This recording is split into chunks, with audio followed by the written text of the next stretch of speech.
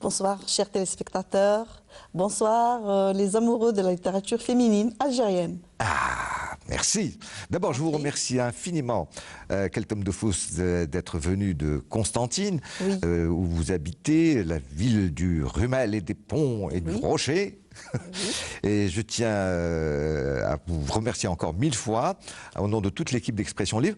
Et puis, un petit coucou peut-être à notre ami Hanachi, libraire et éditeur à Constantine. Eh bien oui, vous passons. Ah bah oui. Hein. Et puis, nous saluons également, puisque nous n'en parlerons pas plus particulièrement, mais nous allons l'évoquer, le dernier ouvrage poétique qui est sorti chez la NEP tout dernièrement, en novembre, lors du Salon international du livre d'Alger, que vous avez écrit à 4 mains avec Nadia Belkacemi, qui est à Annaba. Nous la saluons bien bas.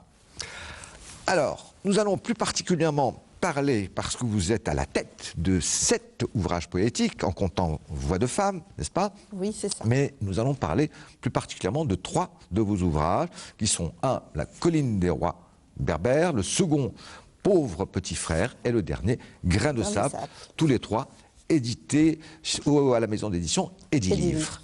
Et puis nous évoquerons 3 autres ouvrages qui sont dans le style plus bel ouvrage. Permettez, donc 2 ont été primés, enfin un a été primé, dans les deux et l'autre plus particulièrement pour une poésie, je crois. Oui. Hein, sur la paix. Voilà, il y a donc La femme à la ceinture de laine, et donc il y a 2 poèmes qui ont été primés dans les Jeux floraux méditerranéens à Narbonne. Voilà, c'est ça. Et puis il y a l'autre, Fleuve du paradis, qui a été primé. Prix Blaise Cendrars de la francophonie. C'est ça. Hein, c'est ça, c'est le premier prix de la francophonie. Voilà.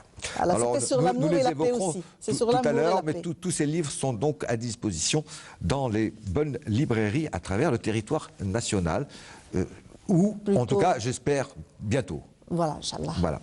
Ils sont sur Amazon, Fnac et tout ça, donc sur les réseaux. Voilà.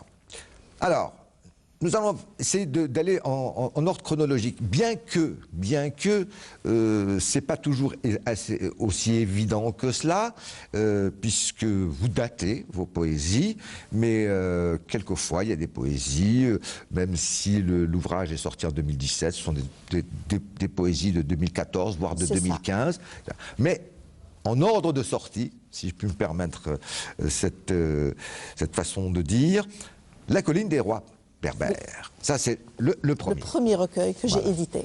Ça, c'est le tout premier recueil que vous avez... Le tout premier recueil que j'ai édité. Mais il ne faut pas oublier, M. Seyh, que moi, j'ai toujours écrit, hein, mais je n'ai pas édité. Donc, je n'ai édité qu'en 2014, et c'est celui-là, La colline des rois berbères. Alors, dans La colline des rois berbères, vous allez toucher plusieurs thématiques, vous allez aborder plusieurs thématiques au niveau de votre poésie. Alors, il y a beaucoup de choses, mais quand même, il y a des thématiques qui vous sont très chères, qu'on va retrouver d'ailleurs dans les autres ouvrages. Vous commencez par un thème qui jusqu'à maintenant, vous a terriblement traumatisé. C'est le massacre de vos cousins, oncles, toute la famille, de mes grands-parents, paternels, maternels, qui ont été fusillés de façon, je veux dire, comme ça. C'est-à-dire, bon, c'était un génocide. Tout le hameau tous les hommes du hameau ont été fusillés le même jour. Ouais. Et c'est le 2 juillet 1956. Et donc, c'était lors de descente d'une patrouille française. C'est ça. De bon matin, de bonne heure. Ils ont été réveillés par des rafales. On faisait sortir ces pauvres paysans de leur hameau et on les fusillait devant les enfants, devant leurs femmes, dont mes parents, bien sûr mes grands-parents, ma mère, ma grand-mère. Donc ils assistaient à ces fusillades en direct. Alors ça, à travers tout, en tout cas les 3 ouvrages poétiques que nous allons évoquer ce soir, ça revient comme une constante. C'est ça. Parce que, en parallèle, il y a un autre thème, c'est votre enfance. Oui.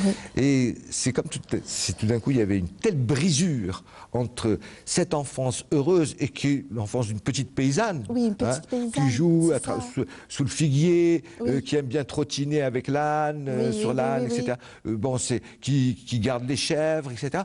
Donc franchement, vous n'étiez pas destiné au départ à être quelqu'un qui allait faire des études supérieures et qui allait vous intéresser. Je suppose même qu'à l'époque, à peine si vous parliez quelques mots en français. Au départ, rien ne prédestinait cette petite fille toute frêle, toute petite, toute menue, à devenir un jour le porte-parole de ces grands, pour moi ces grands, ces martyrs que j'ai appelés d'ailleurs, c'est des rois berbères. C'est eux, ce sont mes eux, grands-parents, bien sûr. ces martyrs. Donc rien ne me prédestinait que, enfin, je deviendrai un jour leur porte-parole.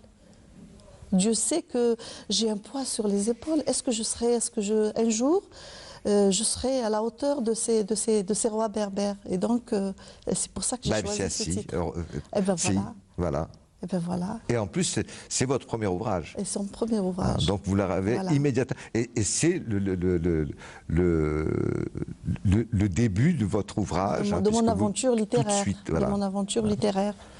Donc, il y a beaucoup de paradoxes dans mon œuvre parce que là, j'écris en français. Alors, il y a une préface, je ne sais pas si c'est dans Pauvre petit frère ou Grain de sable, où vous dites, bon, on m'a souvent reproché d'avoir écrit dans cette langue. En français, et voilà. C'est parce que vous avez commencé à l'école française, tout simplement. Tout simplement. Il n'y avait pas d'autre école que l'école française, bon, à part l'école coranique. Mais il y avait très peu d'écoles coraniques pour les femmes, pour les jeunes filles, pour les enfants. Si, peut-être dans le Constantinois, il y avait les écoles de Belle-Malice, qui étaient mixtes. C'est ça. C'était extraordinaire. On l'oublie bien souvent. Elles étaient mixtes, bien sûr. Elles étaient mixtes. Voilà, elles étaient mixtes. On l'oublie bien souvent. C'est ça. Alors, il y a une quarantaine ou plus, même peut-être cinquantaine de poésies, bien évidemment. On ne peut pas toutes les évoquer, mais ce qui m'intéresse, c'est ça. Il y a ce thème donc, de ce massacre auquel vous avez assisté, vous avez été témoin, et qui vous a marqué, qui vous marque jusqu'à aujourd'hui. Il y a l'enfance. On voit cette petite fille en train de courir dans la colline, parce que vous revenez tout le temps. C'est toujours l'enfance, c'est la petite fille là qui parle, sur ces collines. Joyeuse, je vois bien des petites tresses. Toujours émerveillée devant la beauté de la nature, et c'est ça. La femme, le combat de la femme. Voilà. Ah, ça c'est quand même, là, c'est quand même le cœur, je dirais, de vos poésies. Ah, oui. Donc, là, vous devenez réellement la femme, porte-parole. Voilà. Parce qu'au début, je vous avoue franchement, quelle tonne de fausse, je me suis dit, mais comme elle parle à je, à la première personne, après quelques lectures poétiques, je me suis dit, bien sûr, puisqu'elle c'est pas se substituer, mais elle se met à la place de ces femmes-là. J'ai choisi d'être le porte-parole de ces femmes. Donc, vous dites moi aussi. Oui. Pas moi dans ma vie quotidienne. Oui, c'est ça. Mais je souffre autant qu'elle parce que je peux parfaitement bien ressentir ce que elles vivent comme malheur, humiliation, mais humiliation aussi bien physique que morale. Voilà. Et heureusement que dernièrement, nos pouvoirs publics ont fait toute une campagne sur, malheureusement, ce qu'on appelle les femmes battues. Heureusement. Et que cette campagne, elle n'a pas été pour une seule journée, mais qu'elle dure. C'est-à-dire que c'est constant, parce que malheureusement, ce malheur continue. Et les enfants aussi, maltraités, battus. Voilà, c'est mon cheval de bataille. Donc la cause de la femme, les enfants, les droits des enfants, et c'est ce que vous trouvez dans ma littérature. Donc j'ai essayé d'être la voix de ces femmes-là, j'ai essayé de faire parler leur silence. Et mes femmes ne sont pas des femmes pleureuses. et non plus des femmes folles amoureuses. Ce sont des femmes qui ne se suicident pas comme les femmes de Baudelaire, Emma, qui se suicident parce qu'elle n'a pas pu payer. Vous l'évoquez, Emma Bovary. Voilà, parce qu'elle n'a pas vous pu dites pas payer Emma ses Bovary, dettes. mais vous dites Emma. Ouais, Emma Bovary, qui s'est suicidée parce qu'elle n'a pas pu payer ses dettes. Mes femmes à moi, ce sont des femmes qui se battent au quotidien et qui ne se suicident pas. Elles sont debout, elles s'affirment et elles se confirment tous les jours. Et c'est pour ça que j'ai envie d'écrire pour ces grands-mamans qui ont perdu leur mari lors des fusillades, mais qui sont restées stoïques, qui sont restées fortes de caractère et qui ont pu nous aider à grandir dans la sérénité. Alors ça va quand même encore plus loin. Voilà. Parce que vous... Donc je chante les femmes, nos grands-mères, nos mamans et nous-mêmes. Ouais. Dans 3 générations. Beaucoup de vos poésies, vous dites avec force, quelquefois c'est des poésies très dures. Hein. Alors un que j'ai beaucoup apprécié, dites, elles ne larmoient pas. Oui. Ce ne sont pas des géniardes, excusez-moi du terme. C'est ça. Hein. Ce sont des femmes qui combattent. Et même quand elles sont dans une situation où elles haïssent profondément, mais vraiment elles méprisent même leur mari, etc., elles disent, mais si tu avais fait un effort, un quelconque petit effort, moi j'aurais été, mais en même temps ta princesse, mais je t'aurais servi, mais sur un plateau d'argent, tout l'amour que j'aurais pu avoir pour un mari que je n'ai pas choisi. C'est ça. Que je n'ai pas choisi. Et ça, c'est magnifique. C'est-à-dire qu'il y a une sorte d'abnégation, j'irais presque, on est à la limite de Mère Teresa, quelquefois. Ce sont des femmes qui sont au quotidien en défi, avec les conditions de vie, avec tout, mais elles arrivent à aimer. Quand je dis amour avec grand A, elles aiment la nature, elles aiment leurs enfants, elles aiment la famille, elles sont généreuses, elles sont d'une générosité qui n'a pas de limite. Et malgré les conditions, donc, parce qu'on a tendance, nous, les femmes qui sommes allées à l'école, de penser que nos grands-mamans étaient des femmes soumises. Du tout. C'est faux. Nos mamans, si elles acceptaient toute la tyrannie de l'homme, c'était pour elles un défi. Le fait de garder son foyer, d'éduquer ses enfants, de les faire grandir dans la dignité, c'était ça, leur but et leur objectif. Donc ce n'est pas de la soumission. C'est un combat, c'est une lutte. Elles défendent leurs droits, mais d'une manière très intelligente. Et elles le disent, elles l'expriment. Elles n'ont pas été silencieuses, nos grands-mamans. Elles ont parlé. Moi, je vois que dans leur chant, en faisant leurs tâches quotidiennes, elles racontaient leurs soucis quotidiens. Mais elles s'adressent même à des objets, à des tamis, à des cuvettes, en façonnant de l'argile, parce que moi je suis une paysanne, j'ai assisté à des scènes de femmes qui faisaient de la poterie. En dressant le bâti pour le tapis ou pour la couverture, pour la couverture. Simplement.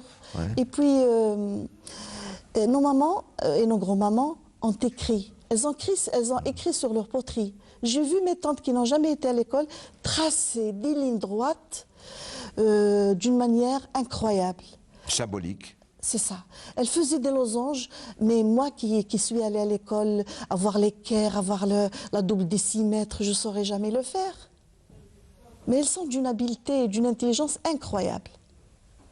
Et c'est ce que j'écris dans mes Ah oui, oui, dans vos poésies, c'était... Alors, c'est du respect à leur mémoire. Vous dites, c'est aussi ces femmes qui sont ce qu'on appelle chaque fois, j'aime pas trop parce qu'il est tellement répétitif, itératif ce terme, ce patrimoine immatériel et matériel hein, chez nous. Oui. Il y a 2 ou 3 poésies, on voit bien, vous le dites, mais c'est fabuleux parce qu'elles ont su sauvegarder hein, ce qui était notre identité profonde, alors que les hommes, non, beaucoup moins. Peut-être les hommes ont beaucoup moins, peut-être qu'ils avaient d'autres tâches à faire ailleurs. Mais la femme, elle a toujours été la gardienne du feu sacré. Alors dans le chant aussi. C'est ça. Le chant, l'oralité. Voilà, moi aussi je suis rentrée dans l'écriture, je suis encore rentrée dans leur voix, dans la voix de ces femmes-là. De ces femmes, et je répète, parce que ce ne sont pas les grands-parents, mais les grands-mères, les mères, et puis la femme actuelle, moderne, qui sait lire et qui écrit. Qui sait lire, qui écrit. Vous rendez hommage, bien évidemment, à votre mère, Oui. dans une très belle poésie. Hein. À ma mère. Oui, la Fiala, qui est un hymne Hymne à la mer. à la Oui. mer. Qui est aussi l'autre Algérie.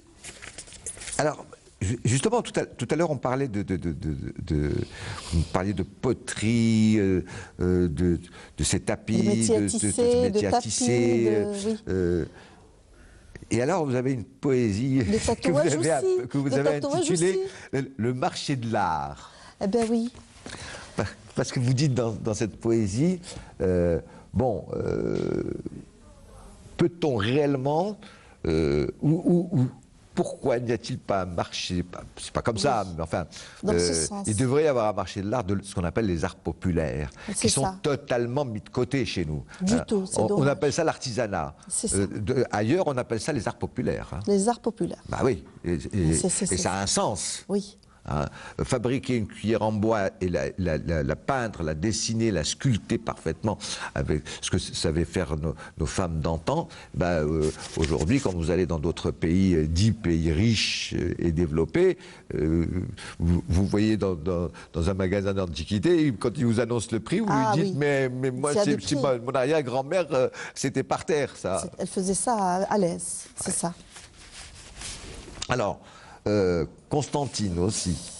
Ça aussi, ça revient constamment. Ah, c'est ma ville, c'est votre ville. C'est ma ville. Vous l'encensez. Ah oui. Et puis, c'est une belle ville. C'est une très belle ville, je l'avoue. Oui. Je l'avoue. J'ai écrit sur Constantine, j'ai écrit sur la voix de Constantine, Mohamed Tahar Fergani Rabbi Yarhamou. J'ai écrit un hommage, c'est l'emblème de Constantine aussi. J'ai écrit sur les ponts de Constantine. Sur le Rumel. Sur le Rumel, voilà. J'ai écrit au ce torrent qui roule, hein, qui donne même presque l'idée d'une rébellion constante de la ville. C'est ça. Ce torrent qui roule comme ça, en cascade, qui vous attire, qui vous ensorcelle. Oui. Parce que c'est très ensorcelant. C'est comme une femme, une princesse sur sultane, son rocher, même. une sultane. Et puis le Rumel à ses pieds, en train de lui murmurer son chant d'amour. Constantine, ça revient. Et ses corbeaux dans son ciel, voilà. Alors, aussi, un point, c'est... mais vous êtes d'une grande humilité à ce niveau-là. Hein. Vous dites, quelle chance j'ai eu d'avoir pu faire des études et me retrouver à faire l'un des plus beaux, si ce n'est peut-être le plus beau métier du monde, hein, à savoir le relais du savoir. Oui.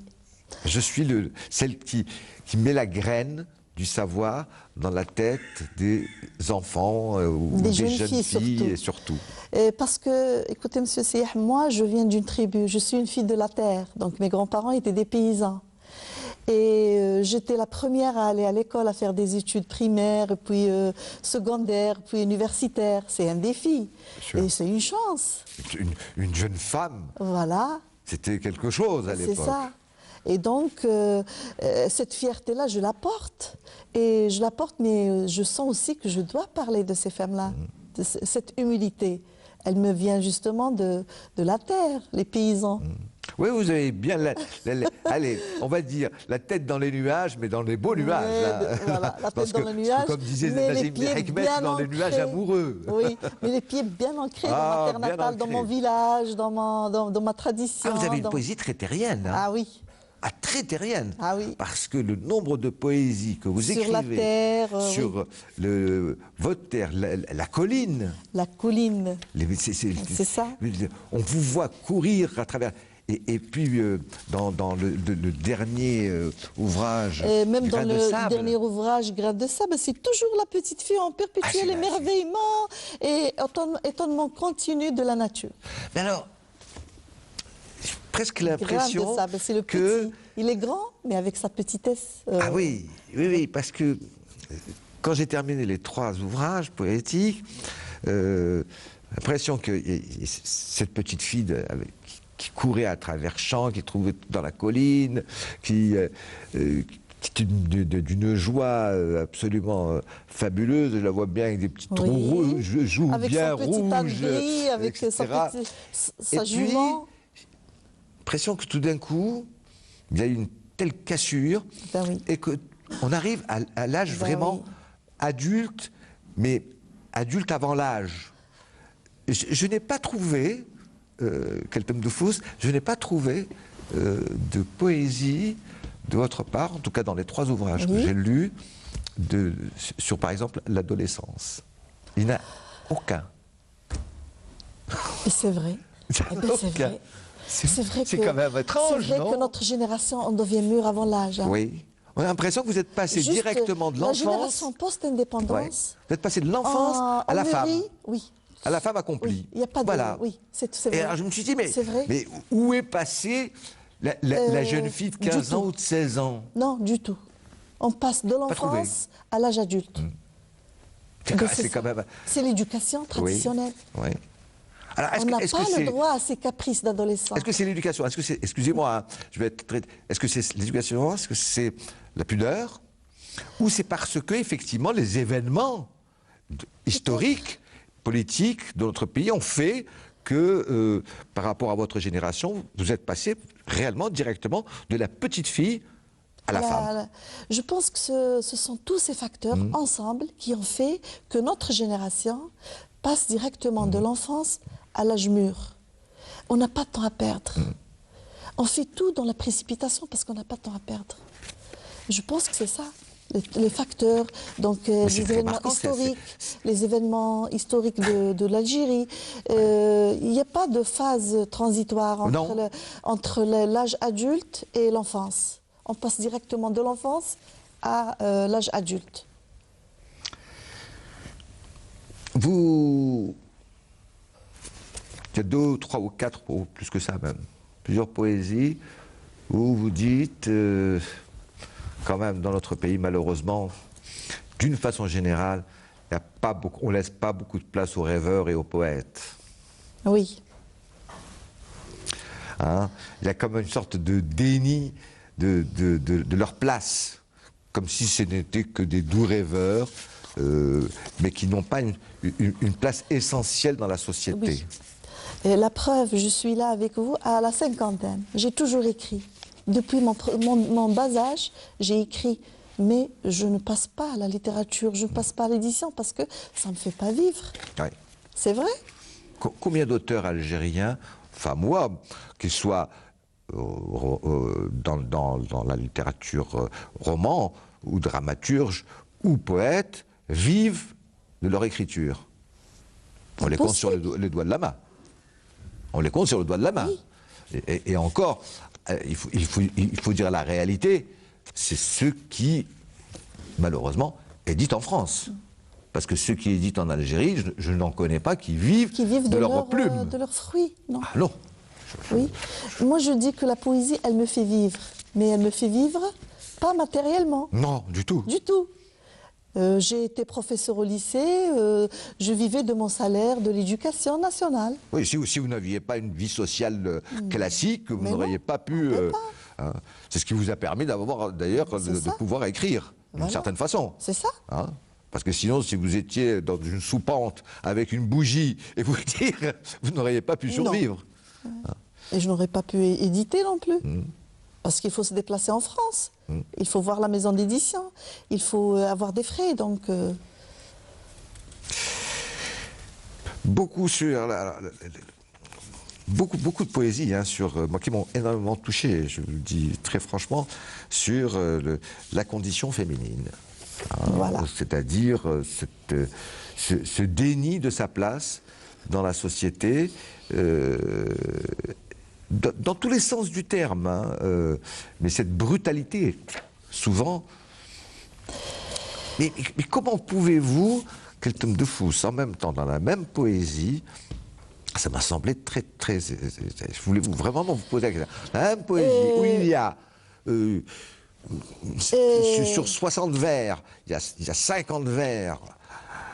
Voilà, franchement, je me cachais sous ma couette, parce que je me disais de honte, parce que je me disais, franchement, l'homme algérien est-il si catastrophe? Et puis, tout d'un coup, vous avez 2 ou 3 vers d'un amour infini en disant, oui, mais ça ne veut pas dire pour autant que je n'ai pas que l'idée d'amour m'ait quitté. Mais l'amour dans tous les sens du terme. Presque l'amour qu'on trouve dans l'ancienne poésie arabe et persane. C'est le miracle de la féminité. Oui. Parce que tout dans la société veut que cette femme soit invisible. Il faut qu'elle soit effacée, mais responsable en même temps de tous les fléaux sociaux. Oui. Tout fait que la femme soit invisible, cachée. Mais au fond, la femme, c'est l'amour. Un homme qui n'a pas une femme, il n'a pas de vie. C'est vrai? Absolument. Eh bien oui. Donc, j'essaye de m'adresser à ces femmes qui sont condamnées à l'abîme. Mais que mon écriture est là pour les encourager à sortir. Ah oui, secouer. C'est ça, je les secoue. Ah, j'aime bien. J'exagère un petit peu dans mes écrits, exprès pour les secouer. Non, j'aimais beaucoup la poésie kahinette. Les des petites kahinettes. Bah, parce que, en 2 mots, je pourrais... On est toutes des kahinettes. Oui, en 2 mots, je résumerai votre poésie en disant, bon, ça suffit les causettes, vive la kahina. C'est ce que j'ai fait. Voilà, vive la kahina. Vous dites, arrêtez les causettes. C'est ça. Arrêtez Bon, c'est vrai que la vie n'est pas facile, bien au contraire, quelquefois même elle est d'une brutalité terrible, mais vous ne vous en sortirez pas en jouant les causettes. Voilà. J'essaie de faire de la sensibilisation des femmes. Il faut qu'elles sachent qu'elles ont de la valeur. Il faut qu'elles sachent qu'elles sont très importantes, qu'elles jouent un rôle important dans la société et qu'elles ne soient pas surtout manipulées par l'homme. Pas contre l'homme, non. Il ne faut pas qu'elles soient manipulées par l'homme. Parce qu'elle est très importante et elle a de la valeur. Alors, dans la colline des rois berbères, aussi, deux poésies, je dirais, engagées, ce qu'on appelle une sur Raza, oui, et l'autre sur Mandela. Voilà. Raza, c'est malheureusement Gaza, plus que d'actualité aujourd'hui. Oui. Voilà, sur Gaza, j'ai écrit justement ce poème. Je ne sais pas si je peux lire un petit passage. Je ne l'ai pas ici. Alors, je vais vous le donner. Je trouve. L'autre, voilà. C'est ce qui clôt, en tout cas, la colline des rois berbères. C'est sur Mandela. Alors, parce qu'il venait juste avec la date de son décès. De son décès. Oui, voilà. Mais en même temps, je me suis dit, est-ce que Keltoun de Fous est consciente qu'elle commence par des martyrs et qu'elle finit par pratiquement ce qui était un martyr. Par la paix et le cri de la paix. Et qui a été aussi un martyr, parce que c'était le plus vieux prisonnier politique du monde. Alors, Gaza, je vais essayer de vous le retrouver. Il n'y a pas de problème, on le lira après. On va passer à Pauvre Petit Frère, parce que ça va rappeler Mandela et Raza. Voilà, Mandela et Gaza. Ça nous donne l'occasion d'avoir le fil conducteur. Alors, Pauvre Petit Frère, on passe à un autre sujet qui me tient énormément à cœur. C'est, je le résumerai par la paix. Voilà, c'est la paix. Ah, vous êtes une militante de la paix. Oui. Et de la tolérance et de la paix, ça, indéniablement. Voilà, de la paix et de l'amour. D'ailleurs, le dernier prix à Narbonne, c'était la paix. C'était de la poésie sur la paix. Voilà. C'était la paix et l'amour. Alors, Pauvre Petit Frère, bon, c'est Pauvre Petit Frère, Pauvre Petite Sœur. C'est-à-dire tous ces gens qui souffrent à travers le monde. Le petit frère, c'est le citoyen du monde. Ce citoyen du monde que nous voyons de nos jours en train de supporter un quotidien infernal. Et donc, on essaye, parce qu'un poète est porteur d'espoir, on essaye quand même de le guider. Donc, dans Pauvre Petit Frère, ce sont des thèmes sur la paix, la liberté, sur l'enfance aussi, le droit des femmes, qui revient toujours. Oui, tout à fait.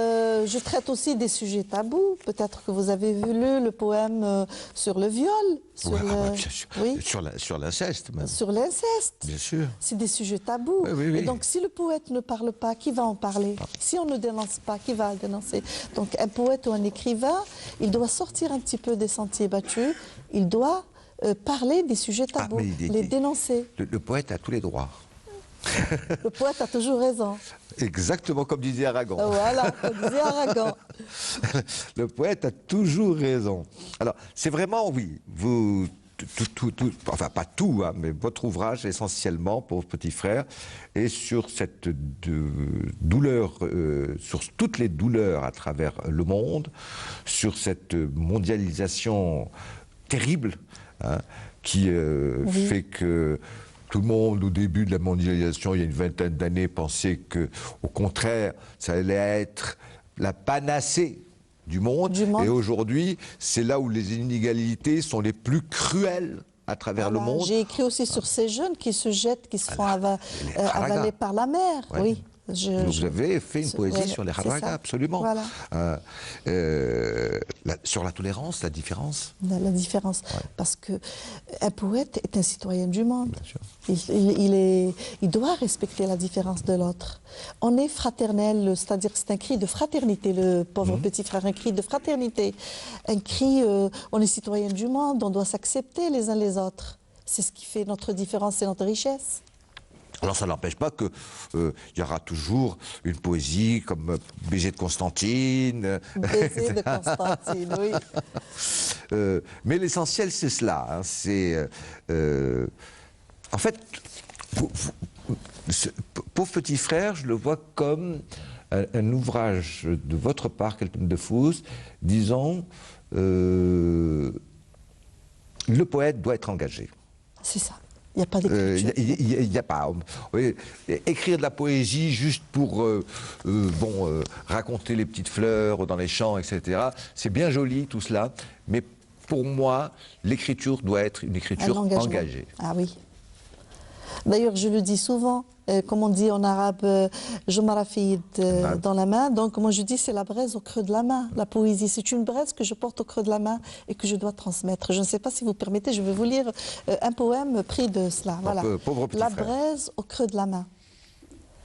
Je porte une braise au creux de la main à toutes les générations qui viennent, pour que combat de femmes ne soit pas vain, libres de leur corps, fiers et souveraines.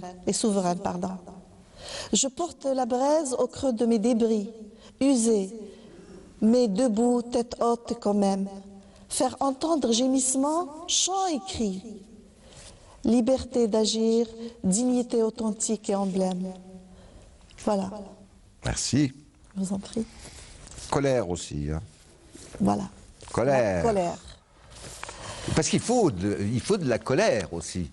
Parce que il faut de la révolte. Vous le dites souvent dans vos poésies. C'est pas cette révolte qui n'a aucun sens. Se révolter pour ce que j'appellerais des bricoles.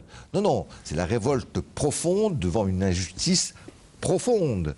Hein. C'est-à-dire que il y a loin de je me révolte parce que je voudrais, je sais pas, un jeu vidéo ou un truc comme ça, et entre la révolte d'un peuple pour son identité, pour sa liberté, pour son indépendance, comme il s'est passé chez nous. Hein.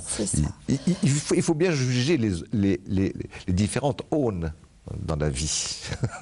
C'est ce que vous dites souvent. Dans mes écrits, il y a beaucoup de colère. Oui. C'est une femme. Une femme, elle est émotive. Elle passe de la colère, c'est-à-dire de l'hiver au printemps, en un laps de temps. Vous avez de la poésie sur le printemps. Parce oui. qu'à un moment donné, vous faites, quand vous êtes dans les collines et vous vous rappelez que vous êtes petite fille, alors le printemps, c'est une merveille. Et puis quand vous faites de la poésie sur le printemps, vous dites, il n'y a pas de printemps, il n'y a plus rien. Le printemps n'est plus une saison, une belle saison maintenant. C'est de la colère. Oui, c'est la colère, bien sûr. Voilà, dans Pauvre petit frère, je parlais de la colère. Même le printemps, il n'est plus printemps. C'est fini. Voilà. On nous a même tué les saisons. Les saisons. Le printemps n'a plus le même sens pour nous. Alors on va reprendre un titre d'un grand poète. C'est une saison en enfer. Une saison en enfer. C'est une saison en enfer, Kelten de Fous. Oui. C'est incroyable. Mais alors, ce qui me surprend toujours chez vous, dans vos ouvrages poétiques, c'est que vous y incluiez, tout d'un coup, une poésie qui est sur votre joie de vivre. Par exemple, poésie sur Paris. Ben c'est ça. Sur l'Italie. Oui. Vos voyages, comme cela. Et tout d'un coup, c'est comme si elle faisait une halte, Kelten de Fous. Elle dit, bon, voilà, je suis très en colère contre l'injustice dans le monde, etc. et tout ça. Mais quand même, la vie est belle. Oui. Après tout, la vie est belle. La vie est belle, là. La vie est belle, voilà. là. Et c'est pour ça qu'on est en colère. On ne voudrait pas qu'elle soit pas belle. Voilà, on voudrait qu'elle soit plus souvent comme ça. Qu'elle soit toujours belle. Oui. Alors, une critique, mais dans le vrai sens critique, Oui. hein, si vous me Oui, permettez, bien sûr, Catherine bien Defoe. sûr. Et après, quand on passera à Grain de sable, il y a un drôle de changement de votre type d'écriture poétique entre la colline des rois berbères, déjà Pauvre petit frère, et alors encore plus Grain de sable. Parce que c'est une remarque tout à fait personnelle, hein. Autant dans le premier, La colline des rois berbères, vous avez des poésies très, très denses, très longues, hein, quelquefois qui sont sur 2-3 pages. Hein. Oui. Je veux dire que les vers sont longs. Déjà, dans Pauvre petit frère, c'est beaucoup plus dense. C'est beaucoup plus direct. Dans Grain de sable, vous allez presque au yaku japonais.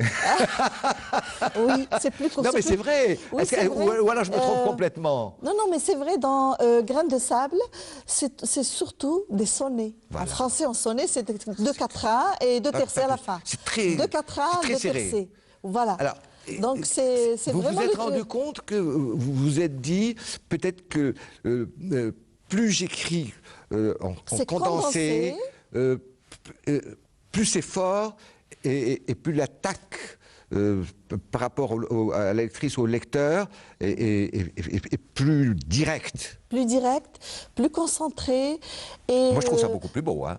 Ah oui, le sonnet. Oui, non, pour le moi, spécial du sonnet, c'est Baudelaire. oui, pour moi, Baudelaire a écrit des sonnets. Hein. Absolument. Pour moi, c'est le summum. Et puis l'art de sonnet, c'est difficile de dire en peu de mots, peu de... Parce que c'est le choix. 2 quatrains et 3 tercets. Et même au niveau de la rime, il faut que ce soit rimé, croisé. Et quand il y a le tercet, il faut reprendre le dire la dernière. Croisé, absolument. Oui. C'est tout un art du tercet. Pour construire un tercet, c'est tout un art poétique. Et puis, le choix du champ lexical, ouh là là, il est beaucoup plus complexe parce que quand on a des alexandrins, on peut se permettre. Du 11 pieds. Parce que là, c'est fini. Voilà. C'est le choix là, du mot. La poésie et tout ça, c'est... Il est au cours d'eau, là. Oui. Hein. Alors, moi, ça m'a beaucoup plu parce que je me suis dit, formidable, quel thème de fausse. Entre son premier et pas son dernier, mais ce Grain de sable, il y a une différence d'écriture qui me dit formidable parce que c'est porteur d'avenir, parce que je pense, hein, très franchement, que la très belle poésie, c'est celle-là, c'est celle du sonnet, très franchement. Et donc ça m'a beaucoup plu. Parce qu'au début, je vous avoue franchement que quand j'ai lu La colline des rois berbères, je me suis dit, c'est beau, les thématiques sont très belles, etc. C'est un peu... Je vais être très franc avec vous. C'est un peu lourd. Et quand j'ai terminé avec Grain de sable, je me suis dit, ah oui, là c'est beaucoup plus fort. Et pourtant, on a l'impression qu'elle dit moins de choses. Pas du tout, elle en dit beaucoup plus. Mais c'est très difficile de faire un haïku avec 4 vers et c'est difficile. Ça, les Japonais sont... oui, c'est des spécialistes. Alors, les autres, la femme à la ceinture de laine, puisque là, on va être... Il y a dans La femme à la ceinture de laine, par exemple, le poème qui a été primé, c'est justement un sonnet. Ah ben voilà. Un sonnet, et je vais vous le lire, si vous permettez. Allez-y, je vous écoute. Donc, à l'amour, je suis châtelaine. C'est le titre du sonnet. Quelle joie de vie autour de mes filles et moi, amour, câlin, gémissement, cri et émoi. Toutes les émotions, la vie où le cœur est roi, les parfums du bonheur, velours et douce voix. Des étoiles scintillantes éclairant mon ciel, dans leur regard, je lis mon voyage éternel, vers l'amour, vers l'engagement à l'essentiel, à la lueur d'espoir au fond de leurs prunelles, mes empreintes sacrées, mes débris d'amour. Mon âme se multiplie et grandit tous les jours à travers vos sourires, princesse de ma cour. Et là, je m'adresse à mes filles, à ma fille et à ma petite fille. Alors, le dernier tercet, petite fille, mais qu'on n'a pas su aimer un matin, se réveilla en sursaut avec son fruit à la main. de peur de le prendre, elle se l'approprie en bien. Ah, ça, c'est pas. Ah, ça, voilà. Voilà, Voilà. Il faut s'approprier les choses par le combat. par le combat. Et le Et savoir. là, c'est bien un sûr. poème que j'ai Et le- écrit et le pour savoir. ma fille et ma petite fille, et c'est celui-là qui a été primé à Pau. Alors, juste une question d'ordre pragmatique. Pourquoi dans Voix de femme, vous n'avez pas repris, je dirais, un florilège de vos poésies que vous auriez décidé, que vous auriez écrit avant? Alors, Voix de femme est une œuvre un petit peu particulière parce qu'on nous a proposé pour le SILA un recueil de poésie, un dialogue de deux femmes, et on l'a fait spontanément. Oui. Madame Belkacemi et moi, donc j'écrivais le poème et elle répondait. Oui, J'écrivais, oui, elle j'ai pu répondait, voir c'était un ça. dialogue de femmes. Oui. Donc quand Madame l'éditrice Asia Baz nous a proposé de faire pour le SILA De la NEP. à ANEP une poésie de dialogue de femmes, et on l'a appelé d'ailleurs Voix de femme, on l'a fait spontanément. Donc j'écrivais le poème et elle répondait. Et c'était un dialogue de femmes. Oui. Voilà. Et pourtant, c'est un dialogue, mais chacune parlant à l'autre, mais différemment. Des différents. Vraiment très différemment. Voilà. Parce que vous n'avez pas du tout le même type d'écriture Oui, poétique. moi j'écris de la poésie classique, Oui. elle écrit de la poésie Beaucoup plus, je dirais, libre. De la poésie libre. Oui, oui, oui, c'est le oui, vers tout à libre. fait, tout à fait. Oui, oui, elle ne tient, Oui. tient pas compte de. C'est pas un reproche, hein, Oui, oui, mais elle ne mais tient non. pas compte du tout des rimes. Moi personnellement, je ne saurais pas écrire la poésie libre. Alors, donc, oui, vous avez. Non, peut-être que ce sont mes études parce que j'ai bien étudié sûr. littérature française. Mais bien sûr. Je ne peux Vous avez pas été écrire. marqué par C'est cela. très difficile, je ne pourrais pas Oui, écrire oui, de la oui. poésie libre. Vous avez été marqué. J'aurais aimé écrire de la par, poésie libre. Par mes études. bah oui. J'ai fait de la littérature française, donc ça m'a influencé. Tout ce que vous avez appris des sur grands l'art de la littéraires, poésie, auteurs français, oui, la voilà, poésie, sur bah les- oui. c'est ça. De Chateaubriand passant De par Chateau, Hugo, en passant par Verlaine, Rimbaud. oui, Rimbaud, Baudelaire, Boris Vian, donc tout ça, il faut bien l'utiliser dans ma poésie. Vous savez, tous les écrivains du monde ont toujours été, comme disait Lavoisier, rien ne se crée de rien. Voilà. Et en bien plus, sûr, ces voix on de est toujours femmes. marqué par. En plus, ces voix de femmes, comme a dit Assia Jebbar, même une pierre en Algérie, elle va être féministe parce qu'il y a beaucoup d'injustices vis-à-vis des femmes. Ouais. Il y a beaucoup d'injustices vis-à-vis des femmes. Énormément. Et j'ai admiré vos trois ouvrages parce que, enfin, en tout cas ceux dont on parle, ceux dont on a parlé, parce que c'est essentiellement pour beaucoup cela, mais pas seulement. Pas seulement. Il y a quand même, parce que sinon ça ne serait que ce type de poésie. C'est ça. Donc, mais il y a des souffles, il y a des respirations qui sont soit l'enfance, soit tout simplement des poésies d'amour. des poésies d'amour. Hein, des déclarations, il y a carrément des déclarations d'amour que je dirais que on pourrait recopier en changeant la forme de, plutôt qu'elle soit en rime, on la mettrait comment on appelle ça, En prose. en prose, pardon, que quelqu'un pourrait écrire de façon épistolaire comme déclaration d'amour. Voilà, comme déclaration d'amour. Hein, on pourrait juste un petit peu changer, mais c'est vrai que ça. Mais une alors, femme, c'est une mais- expression mais- d'amour. Elle ouais. maternelle, elle donne la vie, Mais elle donne quand vous l'amour, elle donne constituez, tout. mais quand vous constituez, vous décidez, parce que c'est Oui. c'est pas seulement votre éditeur qui décide Oui. quand même du choix, du positionnement, je dirais, de vos poésies dans l'ouvrage complet. C'est parce que vous avez besoin. Vous dites pas, par exemple, il y a des poètes qui disent, bon, je vais écrire un ouvrage de poésie de combat et ça ne va être que des poésies de combat. Je pense par exemple à quelqu'un comme Mahmoud Darwish, Oui. et il va écrire peut-être juste 20 poésies dans un ouvrage poétique, mais ça va être des poésies de combat. Carrément de combat. Carrément. Bon, s'il a envie d'écrire des poésies d'un autre type, je dis Mahmoud Darwish, mais comme je dirais d'autres, ou Aragon, ou quelque chose comme ça. Mais vous avez choisi vous dites comme si c'était inextricable. que l'un et l'autre sont tissés comme une trame. Peut-être que c'est votre côté féminin hein, qui fait ça. Parce que Voix de femme, déjà vous voyez la couverture, c'est l'œuvre de M. Hossi Ziani qui a généreusement nous a prêté le beau tableau. Et vous voyez que c'est une maman avec un enfant sur le dos. Et donc c'est Voix de femme, c'est des femmes. On a fait parler les femmes. De différents, donc des femmes amoureuses, des femmes courage, des femmes qui ont connu la guerre, des femmes qui ont connu la liberté. Donc on a essayé de varier. Il y a une ou deux poésies oui. qui ressemblent au tableau. Il y a une ou deux poésies de l'enfant porté sur le dos. Voilà. Je me rappelle bien. C'est le mien. Parce que je me suis dit, tiens, c'est pas gratuit qu'elle ait décidé de faire, de choisir ce tableau-là. Voilà, c'est la femme maman, voilà.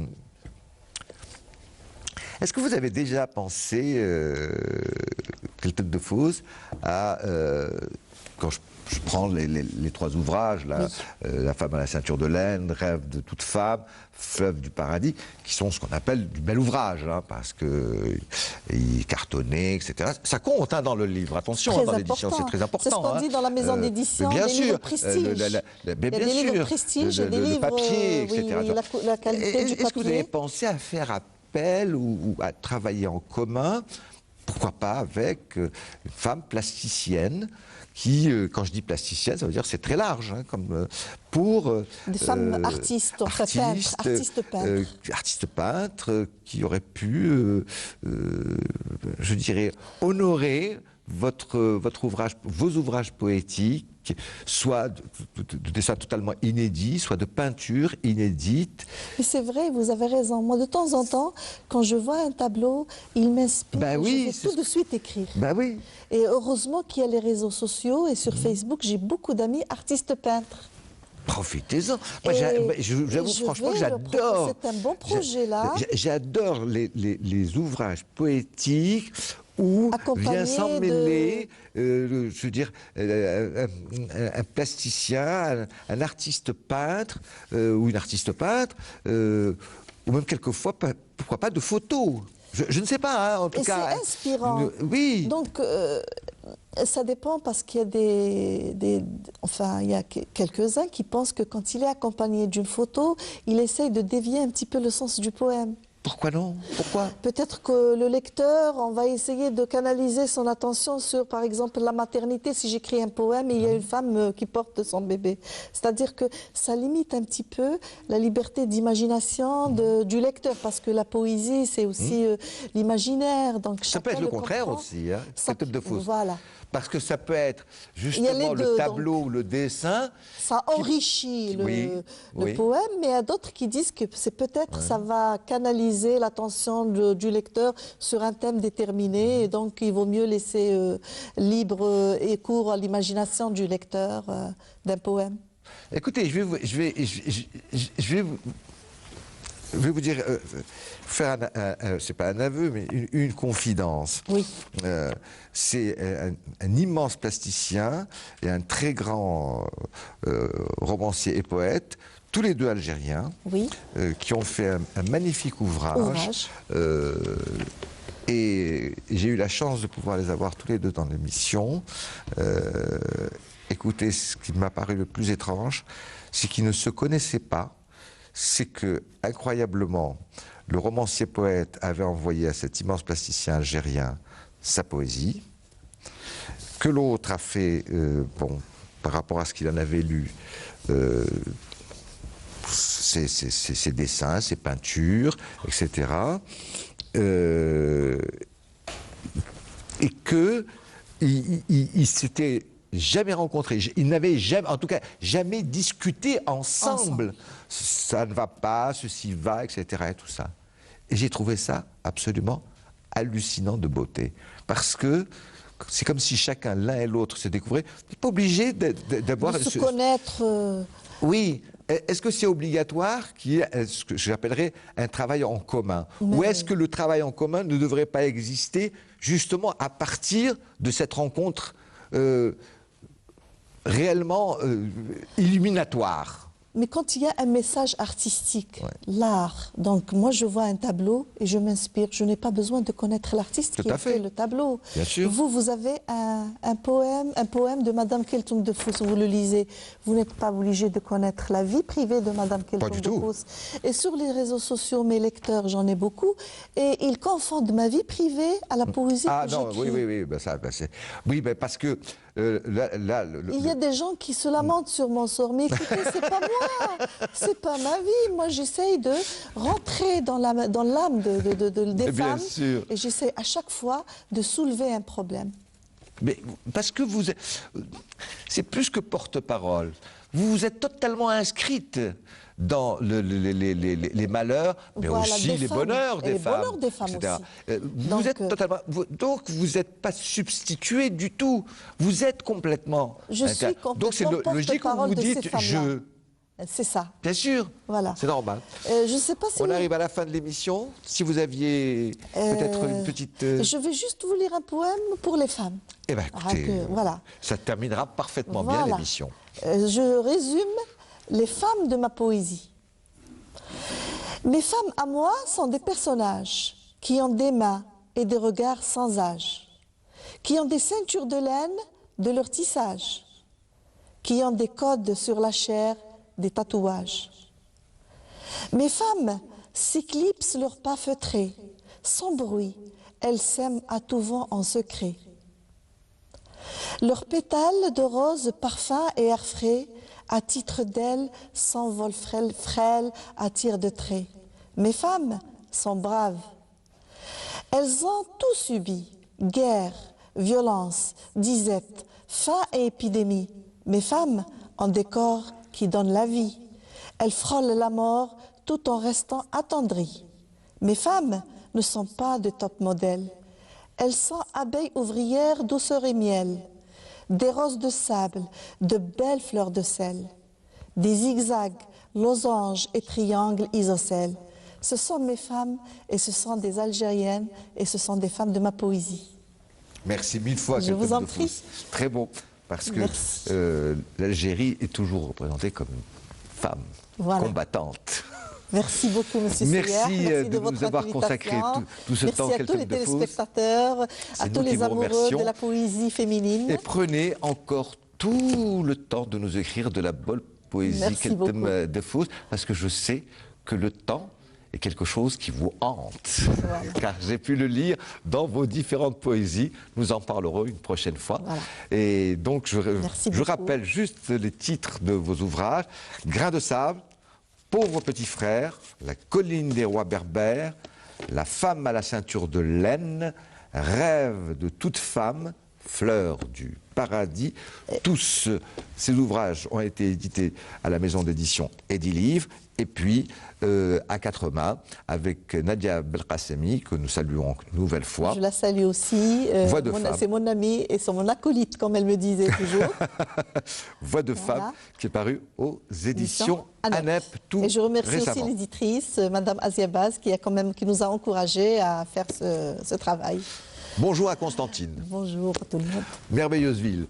Voilà, merci beaucoup de nous avoir suivis pendant toute cette heure. Je vous donne rendez-vous à la semaine prochaine pour un nouveau numéro d'Expression Livre. Phrase typique qui devient même ennuyeuse à la fin. Bonsoir à vous, bonsoir chez vous. Allez, à la semaine prochaine, même heure, même jour, même punition. Excellente soirée sur votre chaîne préférée, Canal Algérie. Bonsoir.